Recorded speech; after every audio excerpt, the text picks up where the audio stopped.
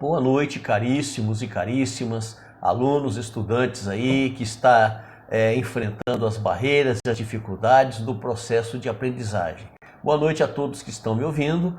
Nesta noite, o tema que nós iremos abordar é sobre o destino e o livre-arbítrio. Existe o destino? Existe o livre-arbítrio? Se eu creio no destino, eu creio então que existe uma força que rege todas as coisas e que eu não tenho responsabilidade sobre as minhas decisões. É essa força que me direciona, que me leva para onde está determinado e eu não posso fugir do destino.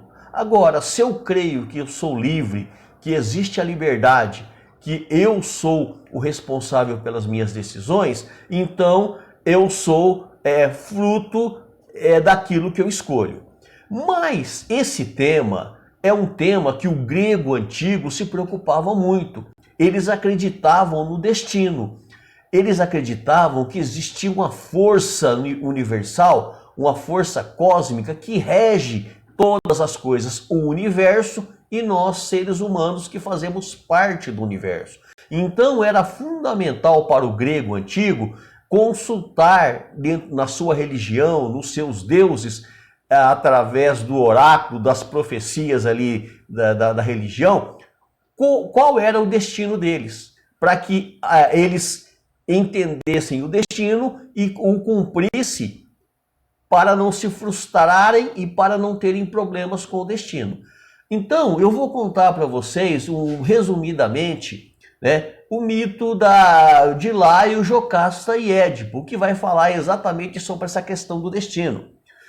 O mito diz assim: no reino de Tebas, Laio recebeu um comunicado de que dos religiosos, do oráculo do seu tempo, de que ele não poderia ter filho.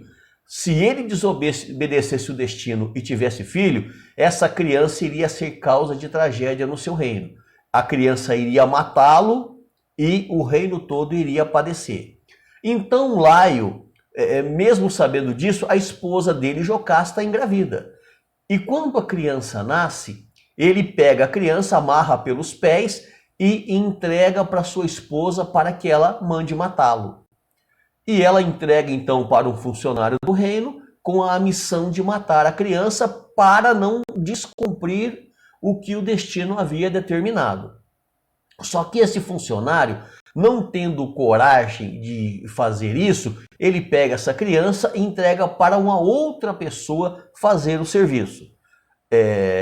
Essa outra pessoa também não tem coragem de matar a criança e entrega essa criança para o rei Políbio, lá da cidade de Corinto. E essa criança cresce ali, tendo Políbio, o rei, e sua esposa como seus pais legítimos.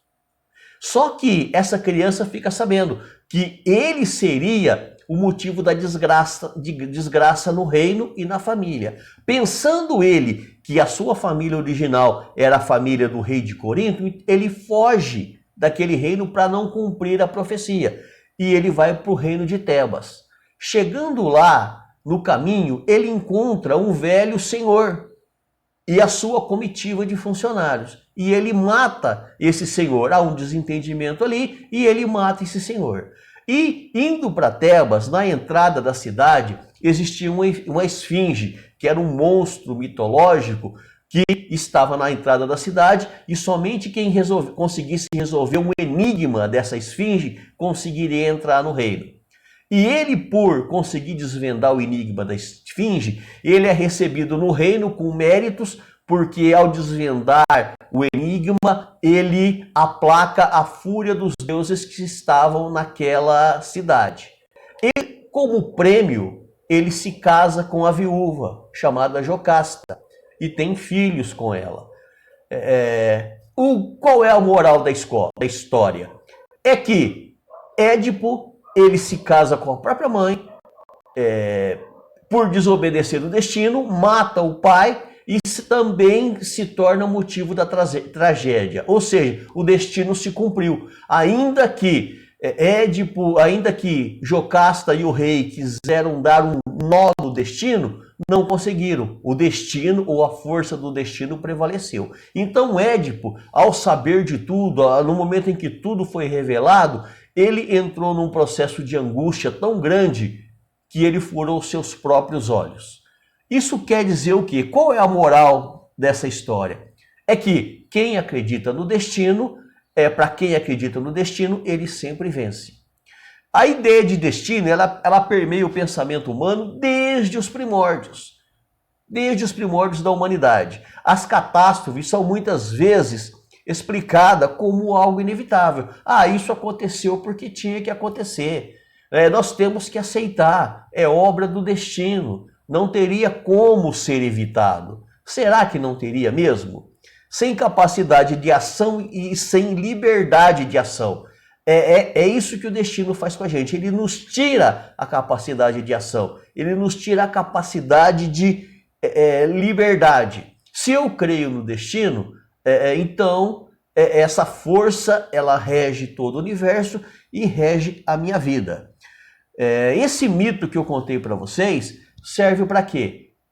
Para mostrar que esse tema do destino era levado muito a sério na Grécia. Então era fundamental para os gregos conhecerem o seu destino, até mesmo para não ficar se lastimando. Quando houvesse tragédia, era o destino que teria manipulado tudo para que aquilo acontecesse. Hoje em dia, também é assim, muitas pessoas diante da adversidade, diante das doenças, diante de situações difíceis, atribuem aquilo ao destino. Isso aconteceu porque deveria acontecer. Já estava escrito, já estava programado, já estava pré-estabelecido, né?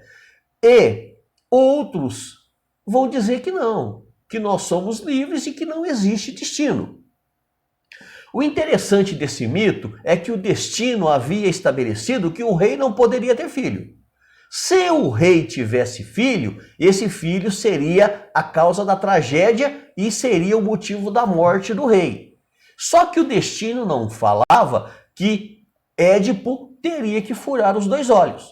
Então o destino estabelecia algumas coisas e outras coisas não. Édipo furou os 2 olhos, de acordo com o mito, não por imposição do destino. Isso quer dizer o quê? Tem coisas que são estabelecidas pelo destino, e tem coisas que, mesmo o destino estabelecendo os pontos principais da nossa vida, tem coisas que dependem de nós. Ele poderia não ter furado os olhos, ele poderia ter tido um outro fim. Mesmo se cumprindo as profecias, mesmo tendo matado o pai, ele não precisava ter terminado cego.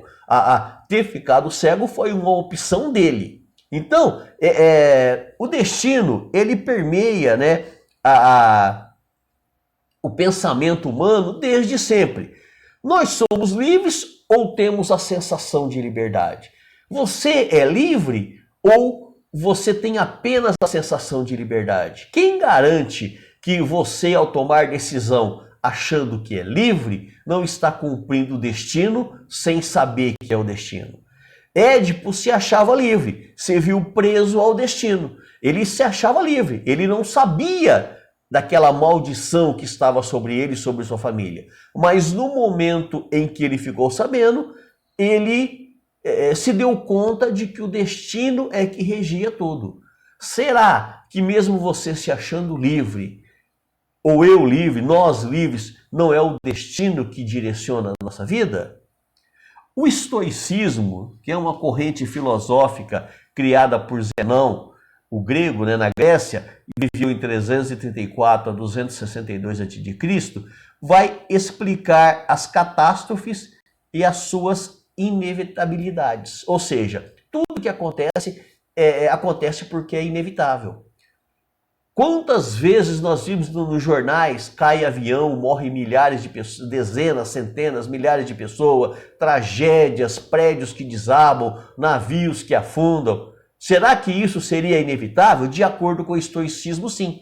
O estoicismo é uma corrente filosófica que acreditava que o destino era a força que regia o universo e as nossas vidas. Então, tudo que acontece é porque era mesmo para acontecer. culpar o destino seria libertar-se da responsabilidade, ou não? Será que culpar o destino seria querer libertar-nos da responsabilidade? Será que nós, ao aceitarmos que o destino rege tudo, é porque nós nos acovardamos no sentido de não querer nos assumirmos ou assumir as nossas decisões? Para os estoicos, existe uma ordem universal. E todos os efeitos são em cadeia. Ou seja, tudo que acontece faz parte de um plano universal e isso acontece com o efeito dominó, né? E nós fazemos parte, nós estamos dentro desse efeito. Então, o destino, né, mesmo sendo o destino a força que nos conduz, isso não nos exime da responsabilidade moral. É assim que pensavam os estoicos. Para eles, crer no destino não tira de nós a responsabilidade, não tira de nós a responsabilidade moral pelas nossas escolhas. Fique aqui esse pensamento, essa reflexão para você refletir sobre ela. Continuando, vou falar aqui sobre o determinismo. O determinismo vai dizer o seguinte: nós não escolhemos muitas coisas. Por exemplo, eu não escolhi a cor dos meus olhos, eu não escolhi a minha estatura, o meu tamanho, o meu peso, eu não escolhi a cor da minha pele. Tem coisas que não dependem de nós. Tem coisas que é determinado. Pode ser determinado biologicamente, né? No caso, não escolhemos a cor dos nossos olhos, nós não escolhemos a família que nós nascemos, nós não escolhemos isso. Mas mesmo assim, na questão biológica, hoje em dia nós podemos usar os recursos da medicina. A pessoa não está satisfeita com o seu nariz, ela pode fazer uma cirurgia, ela pode colocar uma lente de contato, ela pode fazer uma plástica e melhorar o seu visual. Mas ela não pode nascer onde ela queria, da maneira que ela queria e na família que ela queria. Outra questão do determinismo biológico é o fato de que não depende de mim o momento em que me dá vontade de ir ao banheiro. Não me depende de mim, não sou eu quem decido o momento em que vai me dar sede. Pode até ser que eu vou decidir o momento de beber a água, de tomar a água, mas a sede eu não posso impedir que ela venha. Eu não posso impedir a fome, eu não posso impedir as necessidades biológicas, necessidades fisiológicas, vontade de ir ao banheiro. Eu não posso decidir o trabalho do meu pulmão, o enchimento e o esvaziamento continuamente 24 horas por dia de maneira automática. Eu não controlo isso. Então tem coisas que não dependem de nós. E isso chama-se determinismo.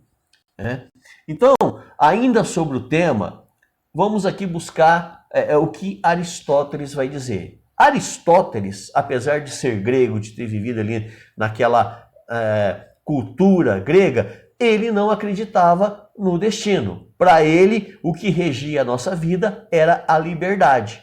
Então, ele vai escrever um livro, Ética a Nicômaco, no qual ele vai dizer que livre é aquele que em si próprio ou em si mesmo age ou tem a opção de agir ou não agir. Então, ele vai dizer o seguinte, que está em mim a opção por agir ou não agir. Então, Aristóteles, ele vai dizer que eu tenho a liberdade, eu posso agir conforme a minha vontade, o meu desejo. Ele vai dizer o seguinte, que a liberdade consiste em até mesmo abrir mão dela. Eu posso decidir algo ou eu posso deixar que outro decida por mim. Vamos então brevemente agora falar sobre outro pensador que vai trabalhar o tema da liberdade, que é Jean-Paul Sartre. Sartre, na sua obra O Ser e o Nada, ele vai dizer que a inteligência e vontade são coisas distintas. E não é porque eu sou inteligente que eu faço as melhores escolhas. Às vezes a minha vontade prevalece sobre a inteligência.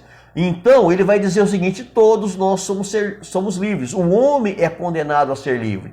Ele vai dizer que nós somos livres. A liberdade é que prevalece sobre a nossa vida. E só que liberdade para ele não é fazer aquilo que me vem na cabeça. Liberdade para ele vai dizer responsabilidade. Então ele vai continuar dizendo: o homem é condenado a ser livre. O homem perdeu a sua liberdade. Cabe a ele reconquistá-la. Mas como o homem perdeu a sua liberdade? Quando ele perdeu a sua responsabilidade. Então Sartre vai dizer o seguinte, que conformar-se ou se resignar-se é uma decisão livre. Tá? Então nós estamos encerrando esse vídeo aqui mais uma vez. Digo para você, para que ele não fique muito grande, mas aqui o tópico para que a partir dele vocês reflitam e busquem refletir e suprir a necessidade de conhecimento sobre esse tema. Muito obrigado a todos e boa noite.